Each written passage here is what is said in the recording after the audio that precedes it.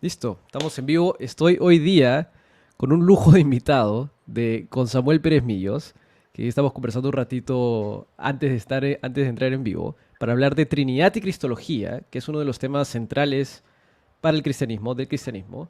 Y Samuel, quería arrancar la conversación y quiero, bueno, decir una cosa antes. Partamos de que aquí todos los que escuchan son creyentes y creen en la Trinidad, entonces no tenemos que ir demostrándolo porque creo que es bíblicamente evidente. Pero la primera pregunta que quisiera entender desde tu lado es, ¿por qué es importante la Trinidad y por qué es importante desde el punto de vista salvífico, ¿no? Tenemos la cita que hace Jesús en la cruz de Padre, Padre, ¿por qué me has abandonado? Del Salmo 22. Y a veces esto se ha usado mucho para hacer hipótesis de la naturaleza de Cristo, de la persona divina en la cruz y del abandono del Padre ahí. Y sé que hay mucho de misterio ahí, y he escuchado en algunas entrevistas tuyas de que hay que parar en donde la revelación para, pero quería comenzar por ahí. ¿Cuál es la importancia de esto para todo creyente? Las implicancias salvíficas que tiene. Bueno, esto quiero recordar a los oyentes que la doctrina de la Trinidad, que se discutió muy poquito de ella, sobre todo en el siglo I y II de la era cristiana, no nace de una investigación trinitaria en sí, nace de cristología. Los hombres, los propios apóstoles se encuentran con un problema muy difícil para la teología judía de entonces, que era la frase de Cristo, que fue la que despierta todo eso, que es yo y el Padre somos uno. Y ese uno en el texto griego no tiene que ver con una unidad como si el Padre y el Hijo fuesen una persona, sino una esencia. Por tanto, los apóstoles que entendieron muy bien eso, y yo creo que el cristólogo más grande de los 12 es Juan. Juan tiene una reflexión profundísima sobre cristología en la isla de Patmos. Y desde mi punto de vista, como no es doctrina fundamental, podréis discrepar, pero seguimos siendo amigos. Desde mi punto de vista, el Evangelio según Juan es el último escrito del Nuevo Testamento. Juan escribe epístolas primero, luego escribe Apocalipsis, y el capítulo 1 de Apocalipsis le presenta un enorme desafío. ¿Quién es este glorioso que me derriba a tierra y que dice soy el que vivo y estuve muerto? Y él se pregunta, hay que presentar a este que no es solamente un hombre, ni es solamente Dios, es Dios hombre. Y ahí escribe el Evangelio y lo arranca justo desde ahí, desde la eterna deidad del Verbo, cuando dice en el principio era el Verbo era con Dios y el Verbo era Dios, y llega al versículo 14 de ese capítulo y dice, y aquel Verbo se hizo carne. Y a continuación, en el 18, habla de la razón esencial de la primera venida de Cristo. Ese Dios que es invisible, Cristo lo revela. Por tanto, frente a esta dificultad tremenda, surge la necesidad de entender quién es Dios y formularse la pregunta. Y la pregunta tiene una respuesta que a lo largo de los siglos tuvo diferentes opciones, pero que se llega a concretar definitivamente, y es que Dios no es una persona. Dios es un ser que existe en tres personas, la del Padre, la del Hijo y la del Espíritu. Descubierto esto, hay que investigar cuál es la interrelación de esas personas.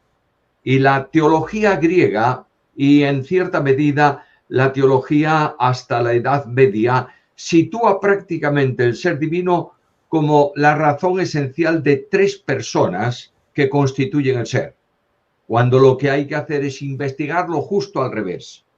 El ser divino, en el ser divino subsisten tres hipóstasis, tres personas eternamente que no son independientes, son individuales, porque hay una consustancialidad en esas personas y hay también una inmanencia, de manera que el Padre está en el Hijo está en el Padre, el Espíritu Santo está en el Padre y en el Hijo, y el Espíritu es enviado desde el Padre y desde el Hijo para la obra que tiene que realizar en el tiempo presente. De manera que La Trinidad, que es sin duda una doctrina compleja, muy compleja, esto arranca de Cristología.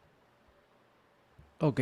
Y ahí la duda que tenía era, que a veces he encontrado yo mismo difícil de comprender, eh, ¿cómo diferenciar las personas de la Trinidad? En el sentido de que las tres personas son Dios, y aquí hay que ser cuidadoso con el lenguaje, eh, pero son iguales en el sentido ontológico, en el sentido que las tres, pero son diferentes en el sentido funcional.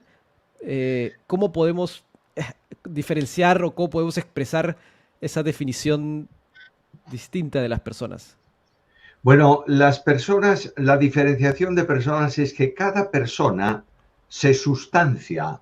Esto no se engendra, porque engendrar es de origen, sino que se manifiesta, se personifica por relación Ujú. opuesta una de la otra.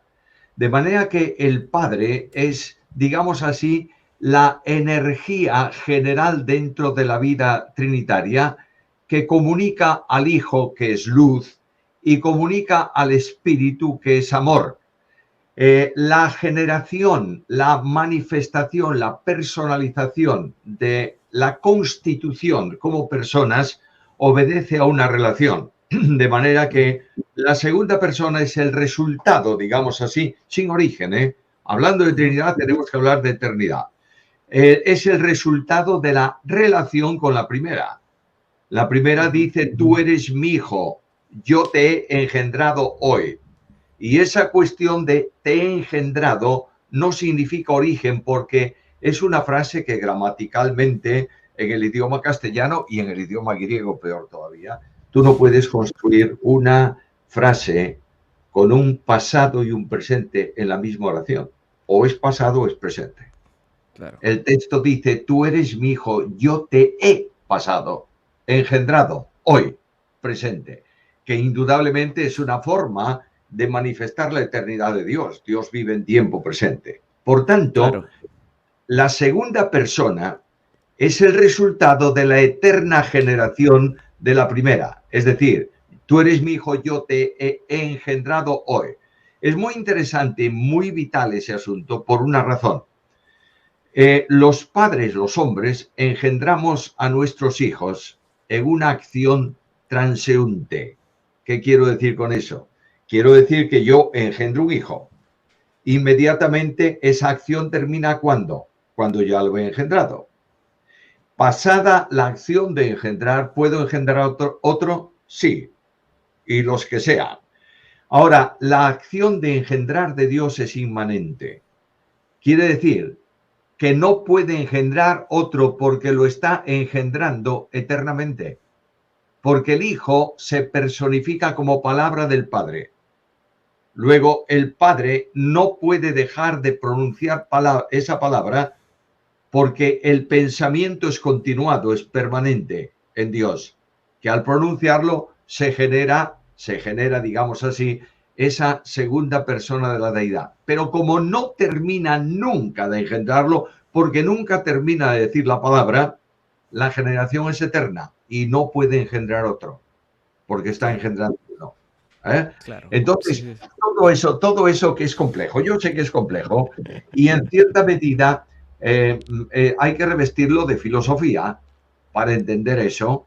Esta relación padre-hijo, el padre es padre porque tiene un hijo y es padre eterno porque tiene un hijo eterno. Y de la misma manera el hijo, esta relación de amor entrañable entre el padre y el verbo, que Juan dice, en el principio era el verbo era con Dios y el verbo era Dios. Y esa preposición que traducimos en castellano del griego con, debiera traducirse por otra que no se usa. Se ha extinguido por no usarla, que es la preposición cabe. Cabe. De modo que esa preposición indica frontalidad. El Hijo y el Ujú. Padre están frente a frente, son diferentes, son distintos como personas, pero son idénticos en cuanto a Dios. Y esa relación entre el Padre y el Hijo produce, digamos así, la tercera persona, personifica la tercera persona que viene engendrada no por vía del intelecto, sino por vía del amor. Por eso, uno de las manifestaciones del Espíritu es que Dios derrama su amor en nuestros corazones, Romanos 5:5, por el Espíritu Santo que nos fue dado.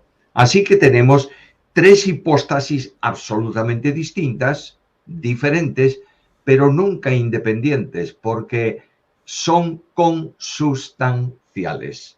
Es decir, la sustancia divina está en cada una de ellas y es la misma, porque es la sustancia del ser divino. Claro, que viene de esta conclusión que está en el libro de Bockman, de Cristología del Nuevo Testamento, en donde él afirma que la base de la cristología es el monoteísmo, ¿no? Porque de lo contrario tendríamos triteísmo, ¿no? Tenemos un solo Dios, pero tres personas divinas. Y en relación a esto, quería preguntar, porque estaba viendo una clase de cristología que creo que habían subido en YouTube, sobre la persona de Cristo, cómo podemos definirla con respecto a los atributos divinos. Porque entiendo que existen varias posturas sobre esto. Una de ellas es que Jesús hace milagros, por ejemplo, por la llenura del Espíritu Santo, de la forma como lo hacían los profetas, mas no en su poder de hijo, porque se autolimita. Y aquí sé que se están mezclando dos cosas. Escuché en unos videos tuyos que comentabas que si hacemos esta afirmación, estaríamos, no quiero decirlo mal, pero estaríamos como dejando de lado alguna característica de Jesús. Y corrigen, por favor, si lo estoy diciendo mal. Pero entiendo que tu postura, y me parece bíblica, porque siempre esta otra postura me genera problemas internos, es que Jesús es plenamente Dios y no declina de ningún atributo incomunicable. Y recuerdo que comentas sobre la omnipresencia de Jesús, de una omnipresencia no física de Jesús, mientras Él está aquí en la tierra. Entonces, ¿cómo podemos hacer sentido de esto y cómo lo ves tú bíblicamente?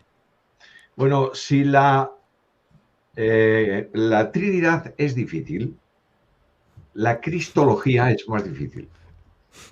Porque en la Trinidad, para entenderla, hacemos una abstracción mental. Nosotros entendemos a Dios mediante una comparación ilimitada, infinita. Dios es infinito. ¿Y qué es infinito para ti? Bueno, infinito es una medida que no tiene término, pero mi querido amigo, eso mentalmente es una entelequia, porque eso lo haces haciendo una abstracción mental para hablar de infinito. Pero es complicado.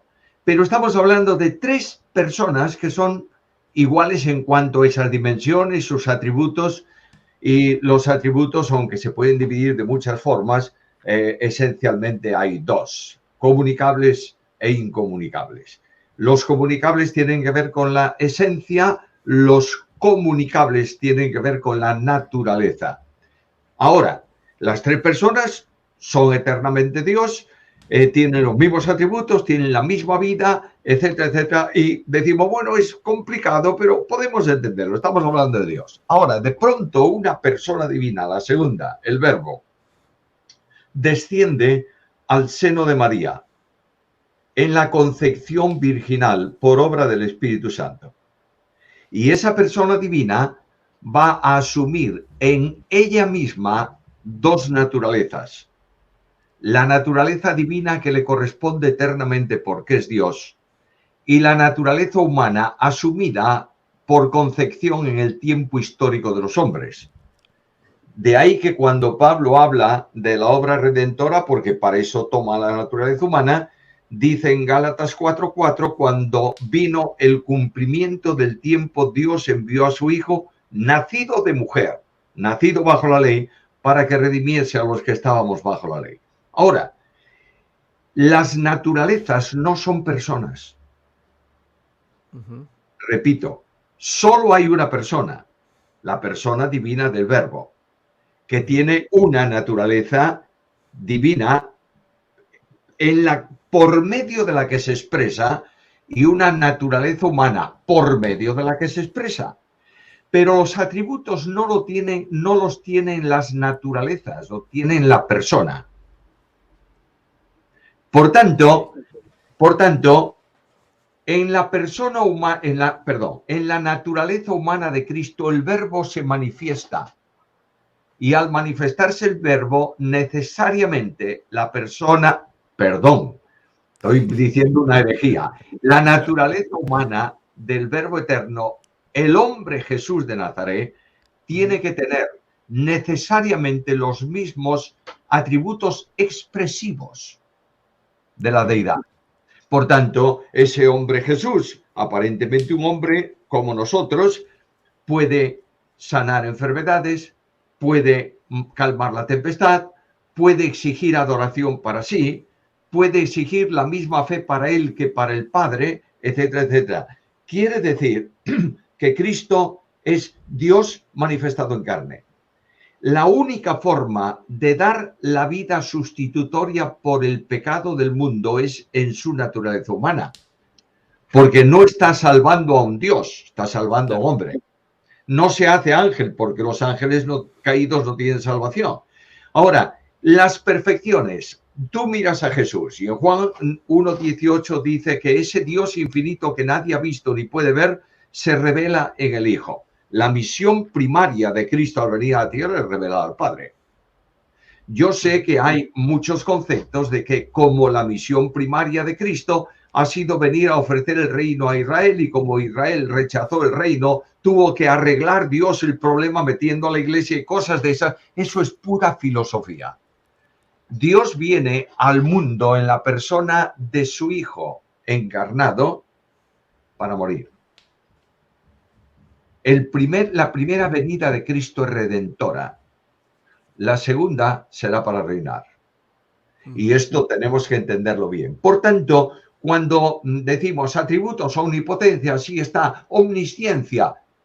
Omnisciencia también, porque Él está en un sitio y sabe lo que ocurre en otro. Él puede decir que no necesita nada para conocer el corazón de los hombres, etcétera, etcétera, etcétera. Es omnisciente, omnipresente, omnipotente y omnipresente también. Porque Juan dice que, hablando de ese Jesús, hombre en la tierra que camina por los caminos polvorientos de Palestina, está en el seno del Padre.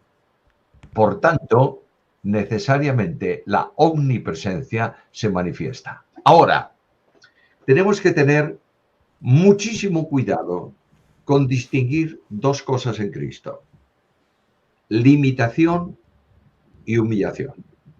Cuando el Verbo se encarna, no se humilla.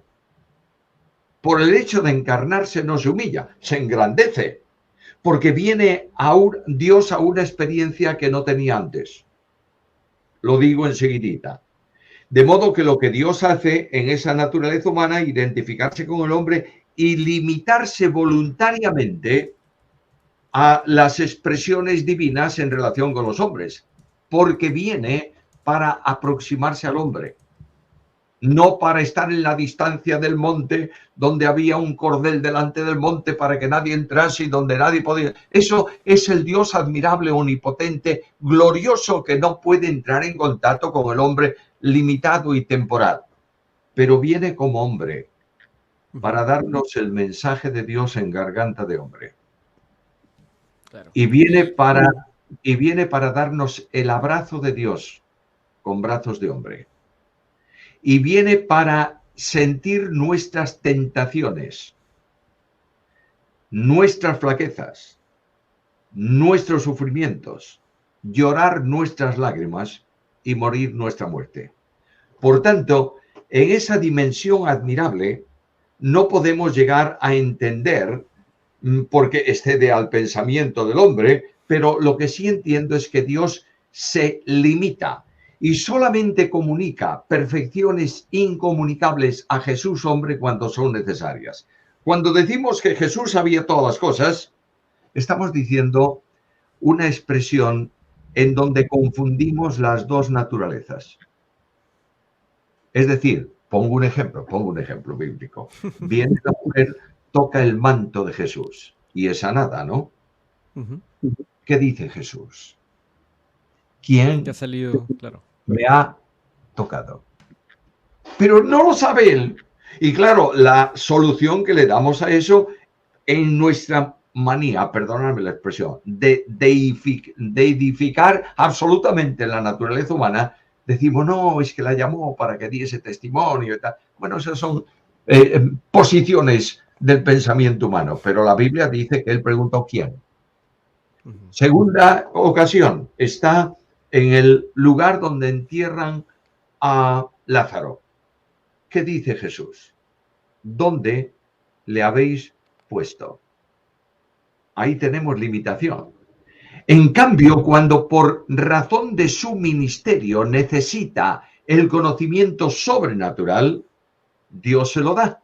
O sea, la naturaleza divina comunica con la naturaleza humana a través de la persona. De ahí que él está allá arriba en Galilea y dice, nuestro amigo Lázaro ha muerto.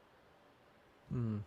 Tiene ese conocimiento cuando es necesario. De la misma manera, el Espíritu Santo de Dios se le da sin medida a ese hombre Jesús para que cumpliese la profecía e hiciese las señales mesiánicas.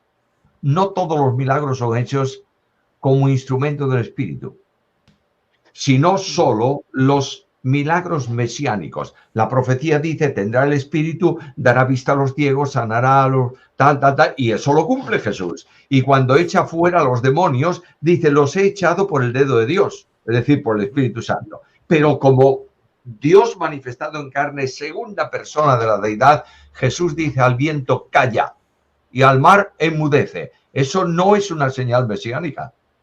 No está en la profecía como señal mesiánica. Por tanto, la naturaleza divina de Cristo, junto con la naturaleza humana en la persona, hacen los milagros que corresponden a la deidad. Es Claro. complejo. Sí, Limitación. sí. Y termino. La humillación es cuando se hace siervo. Lo dice Pablo con toda claridad en Filipenses capítulo 2, versículo 6, el cual siendo en forma de Dios no estimó el ser igual a Dios como cosa que aferrarse, sino que se despojó a sí mismo tomando forma de siervo. Y eso es cuando se humilla porque se hace obediente hasta la muerte y muerte de cruz. Y prueba de que el conocimiento en su humanidad está limitado es que en el huerto de Getsemaní Jesús dice, no se haga mi voluntad, porque hay una incógnita para el hombre Jesús. Si un hombre cargado de pecado muere físicamente, automáticamente pasa a la muerte segunda. Ujú. Y entonces él, que Dios no le revela la solución a su naturaleza humana, Ujú. como Dios sí que lo sabe, en Getsemaní dice, no se haga mi voluntad, pero si es posible pase esta experiencia. Pero Cristo tiene que sustituirme en la cruz en mi muerte espiritual. Y Claro. dice Pablo en Gálatas capítulo 3 que fue tratado como maldito para que yo tenga la bendición de Dios en él. Cristología es complicada, pero es... No, por eso estamos conversando esto, porque sé que entiendo, es una de tus especialidades. Entonces creo que podemos concluir que, para ver si entendí bien, que la persona de Jesús tenemos tanto la naturaleza humana como la naturaleza divina, y la limitación de Jesús, que no implica una humillación, se evidencia con las limitaciones humanas que Jesús expresa, que su naturaleza divina sí sabe, como en el caso de la omnipresencia, pero que comunica en la medida que es necesario, supongo. Correcto, correcto. Ok. Es más, esta persona es una persona divino-humana. No es Dios y hombre, sino que es Claro, Dios-hombre, exacto, porque son dos naturalezas en la misma persona. correcto. Y ahí quería entrar al tema y tengo pendiente el tema del Dios kenótico y cómo Dios experimenta los sentimientos, que creo que se ve muy bien en algunas parábolas. Eh, pero quería preguntar sobre el momento de la cruz. Sé que hay un misterio ahí y que hay que hablar sobre lo que tenemos revelado, pero ¿qué podemos afirmar sobre la naturaleza de la persona de Jesús, mejor dicho, no, lo dije mal, sobre la persona de Jesús y de sus ambas naturalezas en la cruz, cuando muere, ¿no? Porque hay que afirmar que la muerte en la Biblia es separación, no es inexistencia. Entonces, ¿qué podemos afirmar en base a la revelación bíblica sobre la naturaleza, sobre la persona de Jesús y sus dos naturalezas en el momento que muere? Bueno, en la cruz del Calvario, Cristo no solamente muere a favor o en favor del pecador, muere sustituyendo al pecador. Si Cristo no me sustituye, yo estoy muerto en mis delitos y pecados. Si Cristo no me sustituye, yo no puedo pagar el precio, la responsabilidad penal del pecado no se me quita, no se separa de mí. Por tanto, tiene que tomarla Él. Y como dices muy bien, en la Biblia muerte nunca es estado final, es estado de separación. La muerte espiritual es la consecuencia de la separación entre el hombre y Dios a causa del pecado. Y la responsabilidad penal la expresa Dios claramente: el día que de él comieres, ese día morirás. Y muere espiritualmente hablando. Por tanto, esa deuda penal tiene que ser extinguida mediante la muerte espiritual del sustituto. Y en este sentido, Dios carga sobre Jesús el pecado del mundo. Nunca ese pecado contamina a Jesús, que es santísimo en la cruz. Es tan santo cuando está clavado como cuando los serafines en Isaías 6 proclaman su santidad y dicen delante del trono: santo, santo, santo.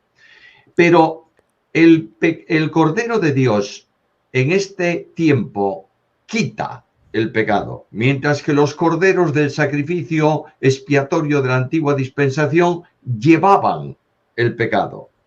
Por tanto, Dios carga en Cristo el pecado y exige del santo la cancelación de la deuda espiritual. Como tiene que ser muerte espiritual, en una medida y en una dimensión que no revela la Biblia y que nosotros debemos guardar silencio, Dios da espaldas a su Hijo, no abandonándolo, porque no es posible que una persona divina abandone a otra.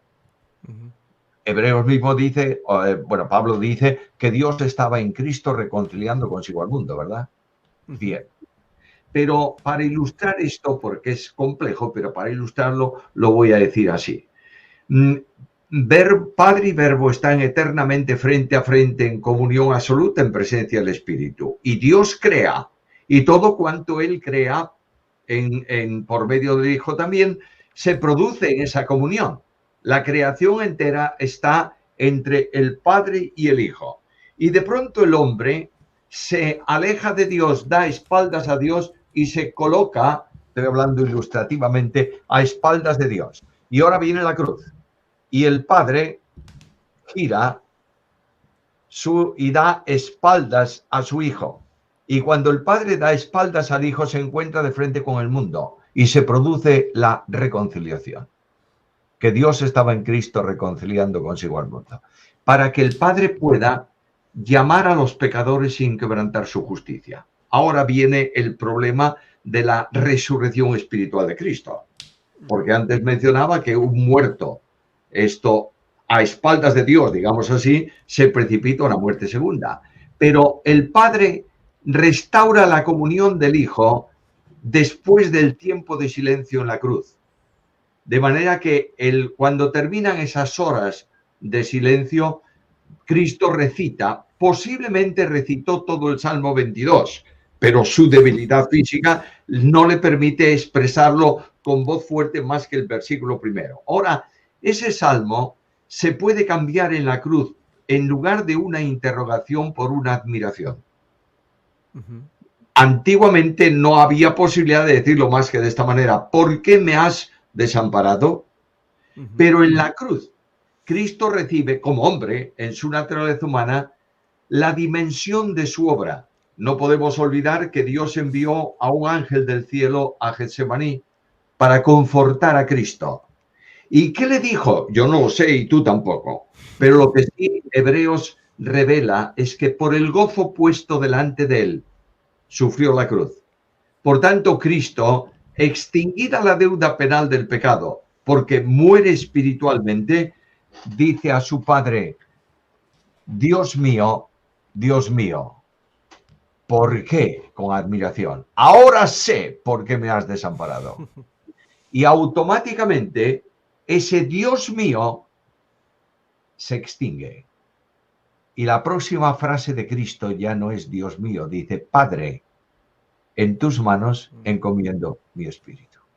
Y esa resurrección espiritual de la naturaleza humana de Cristo se manifiesta después en su descanso corporal en la tumba, su traslado del espíritu al Padre y luego la resurrección con el cuerpo glorificado para ascender a la majestad de las alturas. Está bueno. Hay mucho mucho pan por rebanar, como decimos por lo menos por aquí en Latinoamérica. Pero claro, hay un silencio, hay que guardar, y como una vez he comentado, la teología cristiana debe basarse en la escritura y donde la revelación se detiene, podemos hacer alguna ilustración, pero claro, siempre vamos a estar limitados y creo que eso está bien. Si Dios nos lo revela, no tenemos por qué entrar en más allá. Y quería volver ahora a esto que comentabas de cómo Dios conoce ahora, digamos, el sufrimiento humano, el pecado en el sentido experimental de Cristo, porque hay este concepto del Dios apático, que entiendo que surge en la Edad Media, de este Dios que no es el Dios creador, pero que está muy lejano a la humanidad, está muy lejano a la humanidad, que no se relaciona con ella, y, pero tenemos, por ejemplo, la parábola del hijo pródigo, ¿no? Donde no solo el hijo se pierde, sino que el padre está esperándolo. Entonces, ¿cómo podemos entender? Y además tenemos que la Biblia se muestra los sentimientos de Dios, ¿no? Que Dios ama, que Dios se entristece, que Dios tiene estos sentimientos. ¿En qué medida podemos entender eso como un antropopatismo, como una ilustración, digamos?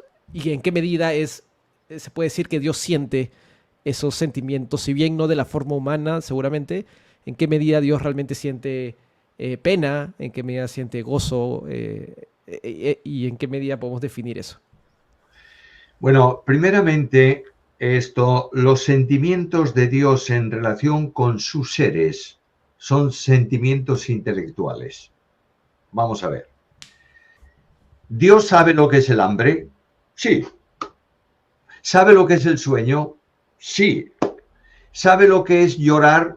Sí, intelectualmente, porque Él no experimenta eso. Pero de pronto este Dios admirable, en el Verbo, que está en plena comunicación con el Padre y con el Espíritu, desde su humanidad deja de saber lo que es eso intelectualmente para vivirlo experimentalmente. De manera que no hay duda ninguna, yo no puedo decir que Dios muere. No, Dios no muere, pero tengo que afirmar solemnemente que quien muere es Dios,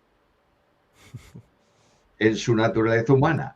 Por tanto, Dios ahora mismo, a través de la vinculación inmanente de las tres personas, lo que experimenta una, la experimentan todas.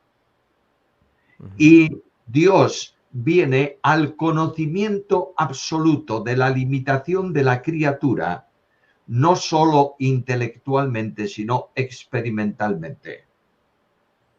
Porque el que tiene hambre y le pide de beber a una mujer es Dios manifestado en carne, es Emmanuel. Claro.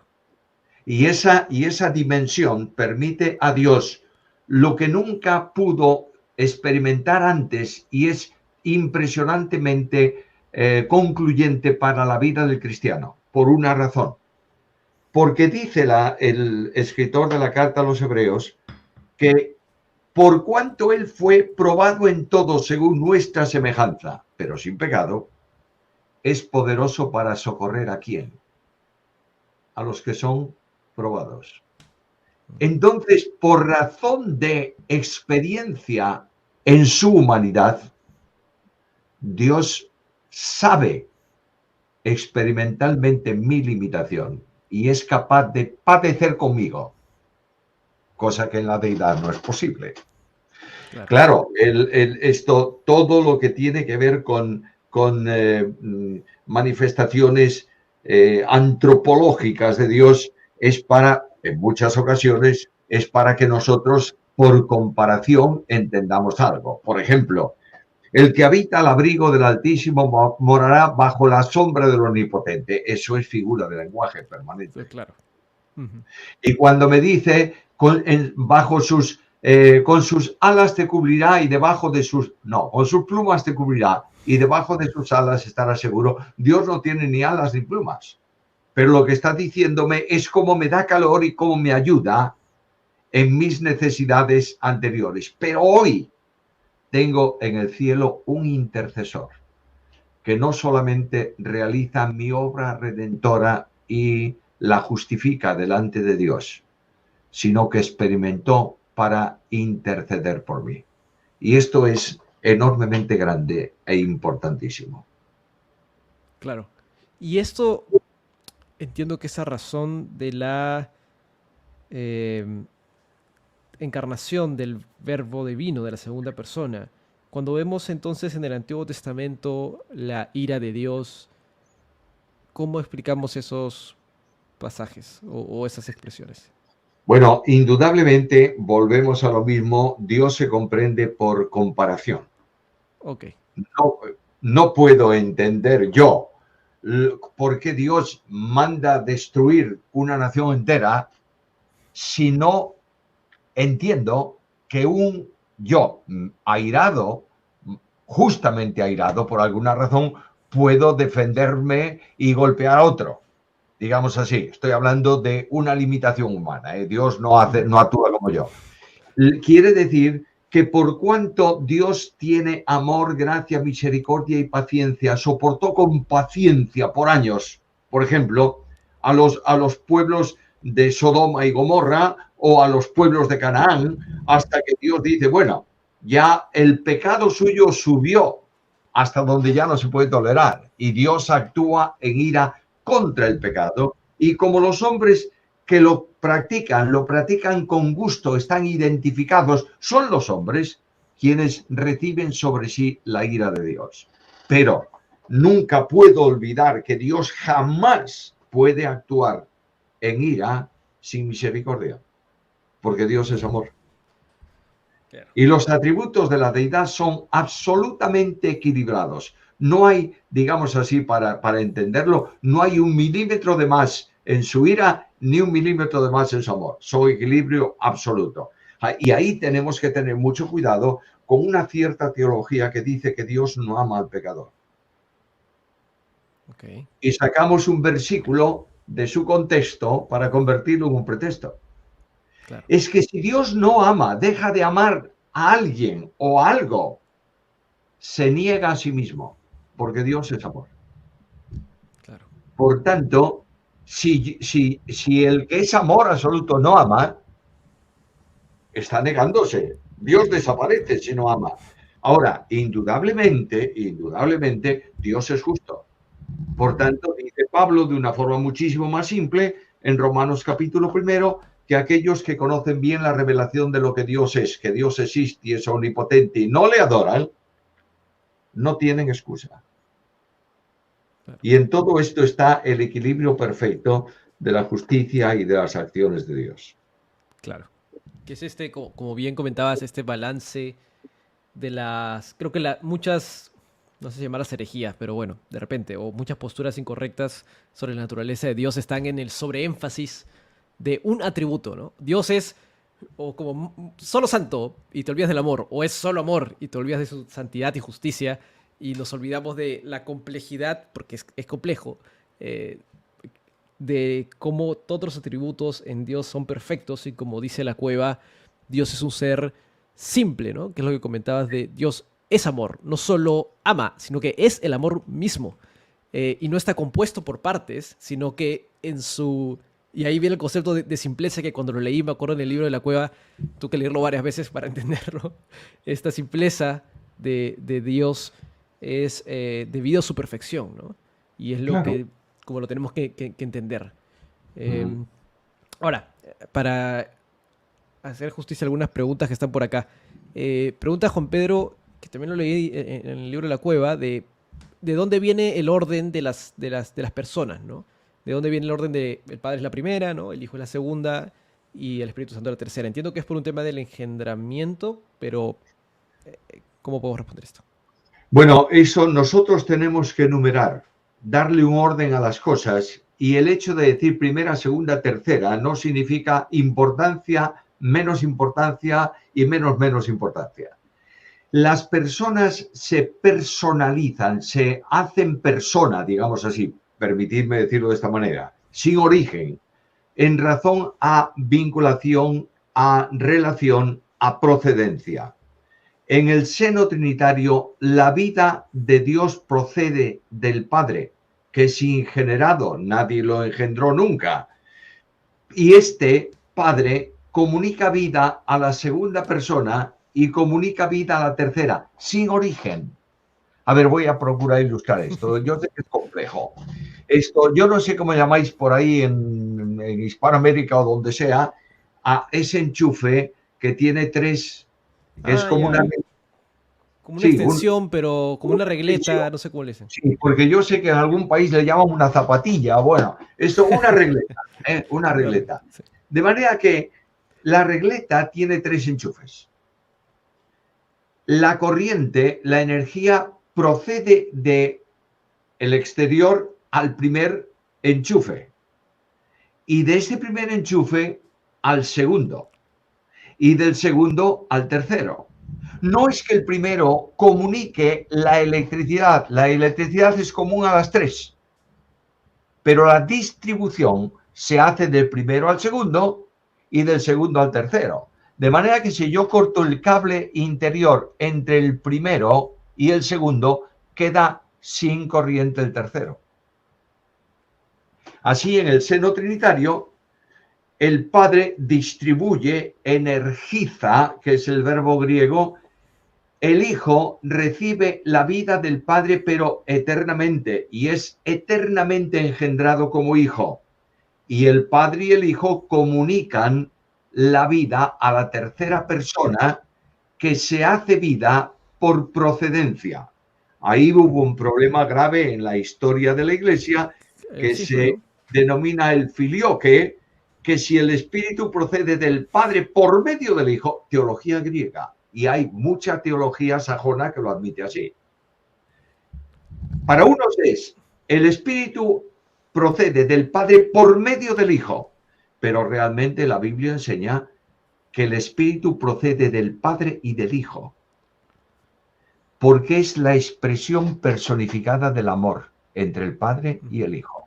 ¿Está claro? De Sí, sí. manera que De hecho, el hijo es engendrado por vía mental, por eso es verbo, y el Espíritu Santo es engendrado, generado, manifestado, personalizado por vía afectiva, por eso es amor. claro. De hecho, justo te iba a preguntar sobre, claro, esto que genera un cisma. Creo que este es lo que genera el cisma de la Iglesia del Oriente, Claro.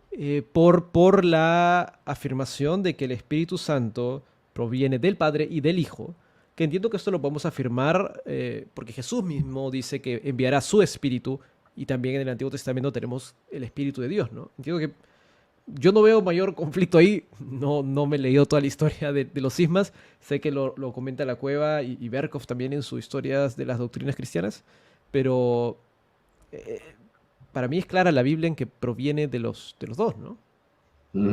Naturalmente. Eh, Está Es bien. que mira, Ahora, lo que tenemos que dejar es de representar la Trinidad por un triángulo. Recuerdas que esto sí, es sí, sí, el dibujito clásico de los circulitos.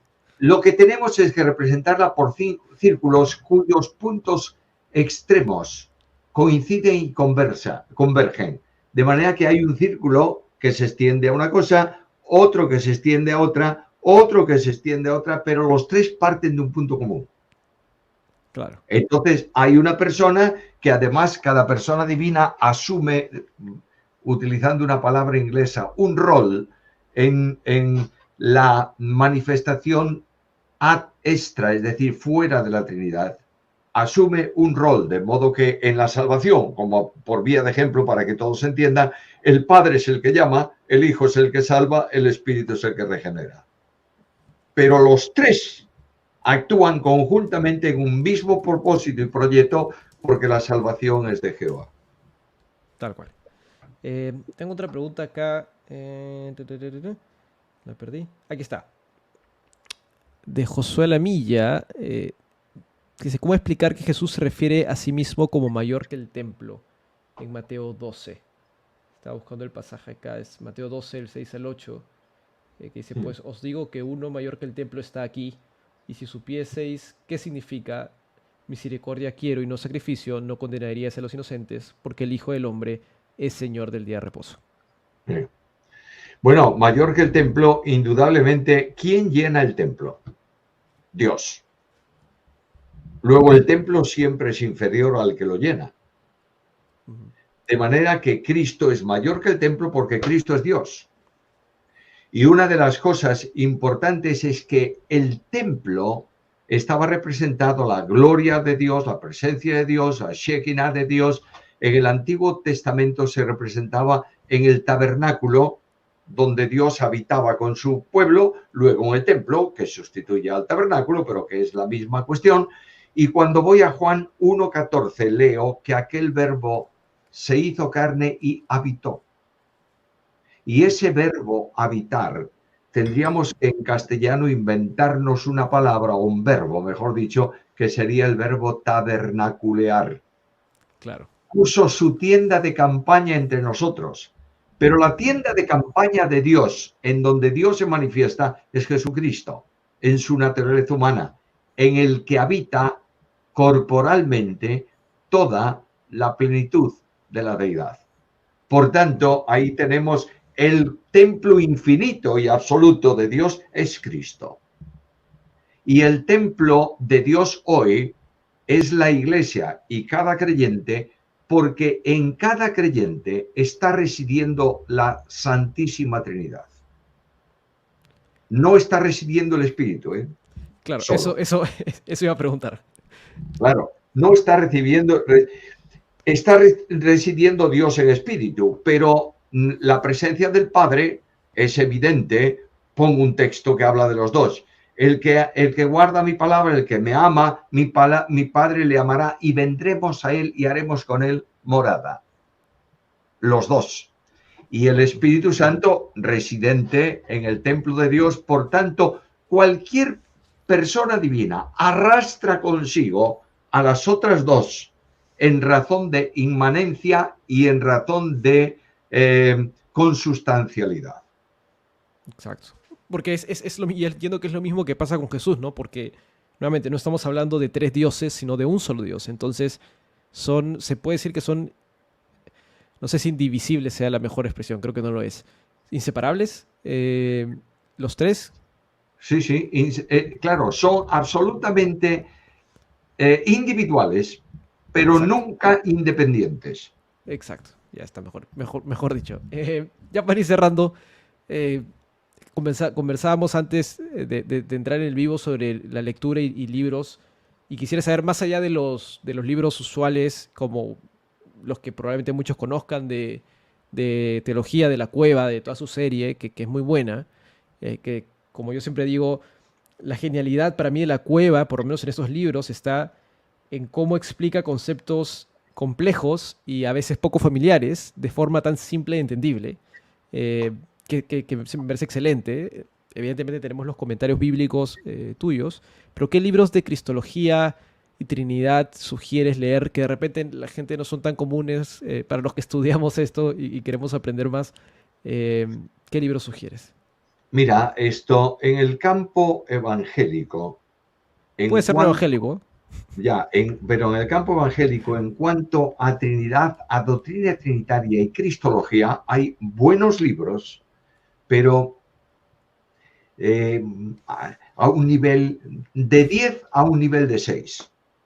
A ver si me he explicado. Ahora, hay grandes libros de cristología, yo mencioné antes, fuera de programa, a Olegario González Cardenal, eso es lo más grande que puedes leer en Cristología.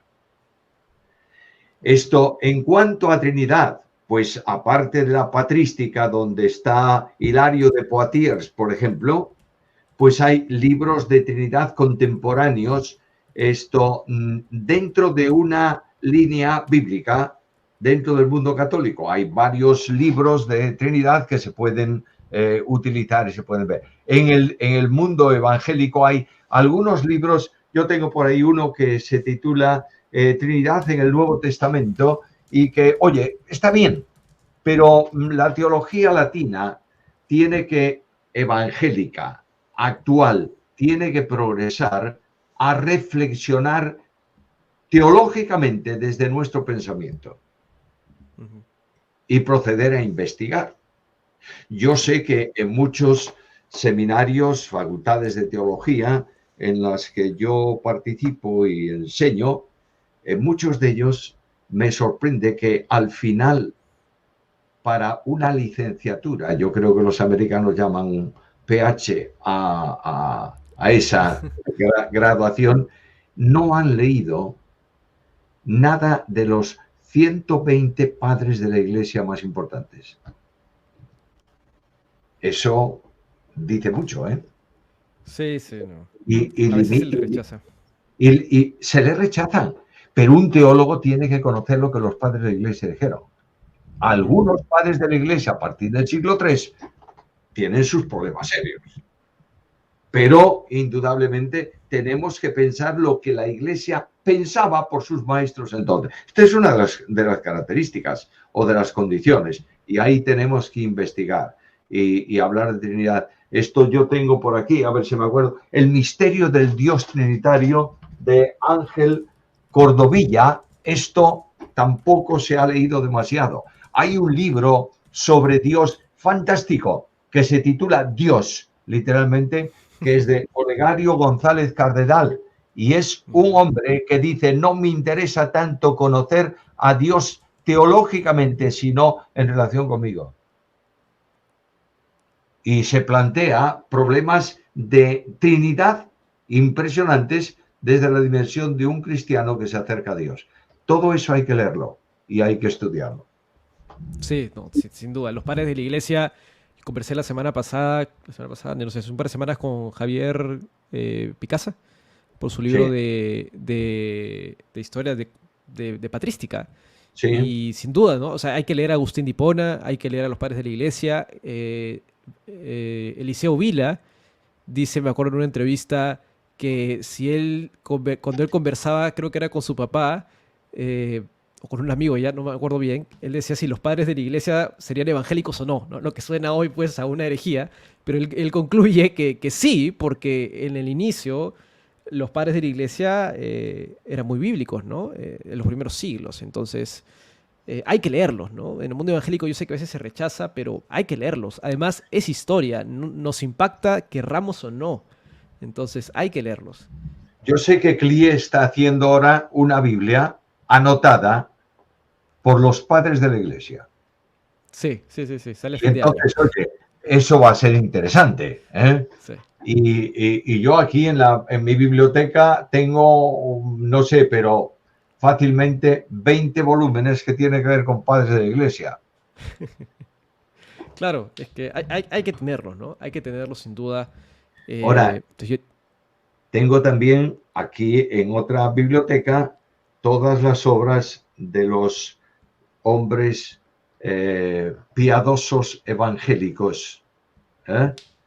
Todos estos hombres que escribieron obras tremendas de reflexión, de santidad y de vida, los puritanos. los puritanos. Entonces hay que leer esos libros también. No podemos. Mira, hay una cosa que yo aprendí de la cueva, me lo dijo cientos de veces. Bueno, cientos no sé, pero unas cuantas sí. Me decía, toda teología que caliente el cerebro y deje frío el corazón es mala teología. Qué buena, qué buena. Yo tengo una frase tuya que la repito, que no sé si te acuerdas que tú le has dicho, que lo dices en una entrevista, que dices, eh, y estoy parafraseando, pero es el motivo para aprender y para conocer más de la Biblia no es simplemente para saber más, sino para poder vivir mejor conforme a la Biblia. Claro, Y yo la repito mucho porque con todo lo que tú sabes y lo que has aprendido a lo largo de los años, que creo que para el mundo cristiano es admirable, elogiable y digno de seguir, que creo que es una frase que demuestra no solo humildad, sino un ejemplo de vida cristiana, de cómo debemos vivir, ¿no? Tener unos tomos de teología muy grandes, pero si has perdido tu vida en cosas que la Biblia claramente no enseña, ¿qué hiciste, no? Y luego de todo esto le vamos a tener que dar cuentas a Dios. Entonces, seguro, eh, eso es algo, es una verdad muy grande, ¿no? seguro que sí. Eh, Mira, ya estamos. Gracias por las recomendaciones. Gracias a todos por los comentarios.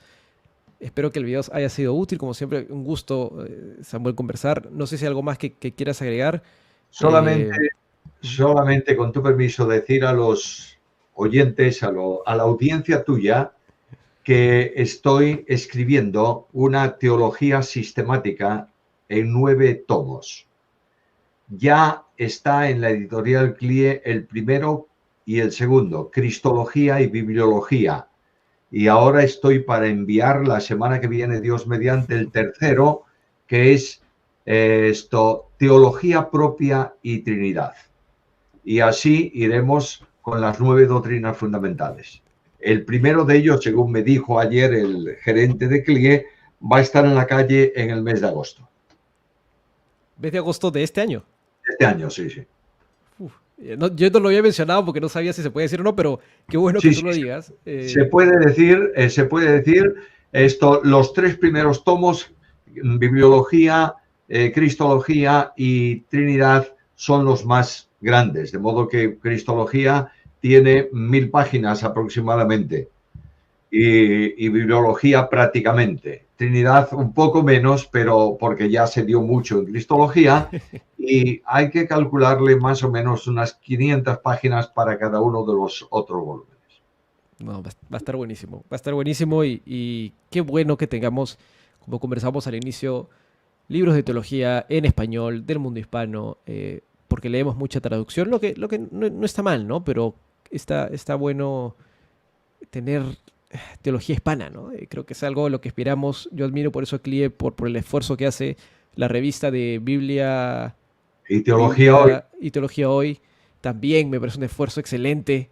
Yo la compro y la leo porque me da gusto leerlo, ¿no? Y saber que hay un esfuerzo ahí interesante que nuevamente es admirable e imitable, creo yo. Pero qué bueno que ya van a estar los libros en agosto de Cristología, ese va a estar interesante. Y los 9 tomos que ya vayan saliendo, ¿no? Creo que La Cueva en algún momento quiso hacer lo escucharon en una entrevista tuya, una colección, pero los editores le pidieron que la reduzca, creo, algo así. Bueno, eso tiene que ver mucho con el libro de espiritualidad trinitaria. Ese. Y ya Es, no está disponible. Yo lo quise comprar, pero ya no. bueno, esto, cuando esa es la tercera parte o tal vez menos de la tesis doctoral suya. Y claro, cuando él le dio la tesis, dijeron, no, esto no hay, perdonadme que lo diga muy coloquialmente, esto no hay animal que lo dijera. De Claro. modo que saquémosle, le sacaron la mitad. Y cuando ya leyó el redactor de CLIE la mitad, dijo, esto sobra la otra mitad. Y cuando por fin salió el libro, La Cueva me regaló el libro y me dijo, ¿sabe lo que es esto? No, una vergüenza. Claro. Así que No, pero debería, mira, en el curso, en la maestría, nos dijeron, si encuentran este libro, cómprenlo, y el que está editado, el reducido, ¿no? sí, Y no lo el que puedo está encontrar. editado mira, el que está editado es el reducido, que yo lo tengo aquí encima de mi mesa. Ajá, Ese mismo. Ese. Ahora, este libro yo te lo vendo, si me lo pagas bien, yo te lo vendo. No, Yo te lo compro. de nada, eso es un libro que no puede estar fuera de una biblioteca. No, mi profesor, que es no sé si lo conozco, Gerardo Alfaro de teología, que también lee muchísimo, es muy buen hermano, es pastor. Él dice, este es el mejor, uno de los mejores, si es que no el mejor libro de Trinidad que tenemos en español. Que a Sí. veces por falta de demanda no hay mucho, pero yo digo, hay que hacer una petición para que saquen el libro grande Ah, aquí, porque hay que leerlo, ¿no? Hay que mira, tenerlo. mira, yo termino diciendo algo que es mi convicción personal. Durante 40 años en el pastorado de la misma iglesia aquí en Vigo, donde yo he estado, y 40 años son muchos años en la misma iglesia. Esto he procurado que todo cuanto se predique en esta iglesia sea Biblia, solo Biblia y nada más que Biblia. Y me doy cuenta, lamentablemente, que en muchas grandes iglesias hoy se están predicando mensajes motivacionales, Claro. mensajes devocionales, pero la Biblia ha desaparecido. Entonces, estos libros son para leer creyentes que conocen Biblia, porque tú le das este libro a un recién convertido y no vale. Pero lamentablemente estamos haciendo recién convertidos en las iglesias hoy, Mm. porque a los nuevos en Cristo les damos 4 reglas de fe y no les predicamos más Biblia. Y este es un problema. Sí, no, sin duda, ¿no? Mi profe también decía que la Biblia tiene todos los ejemplos suficientes, todas las analogías para predicar solo Biblia, ¿no? Para Sí, que ser únicamente Biblia. No necesitamos nada más. sí, sí, Todo el seguro. resto ya está por fuera. Sí. Eh, pero sí. Bueno, Samuel, gracias por tu tiempo, gracias por la conversación, muy edificante, muy interesante. Gracias por tu expertise en estos temas tan complejos y por el tiempo que siempre es escaso. Y me alegra mucho saber que ya vienen la teología sistemática tuya. Creo que va a ser de gran bendición y me alegra muchísimo realmente a escucharlo, saber que tenemos este tipo de obras y personas como tú que se esfuerzan, porque es un esfuerzo sin duda en hacer estos trabajos, ¿no? Eh, eso.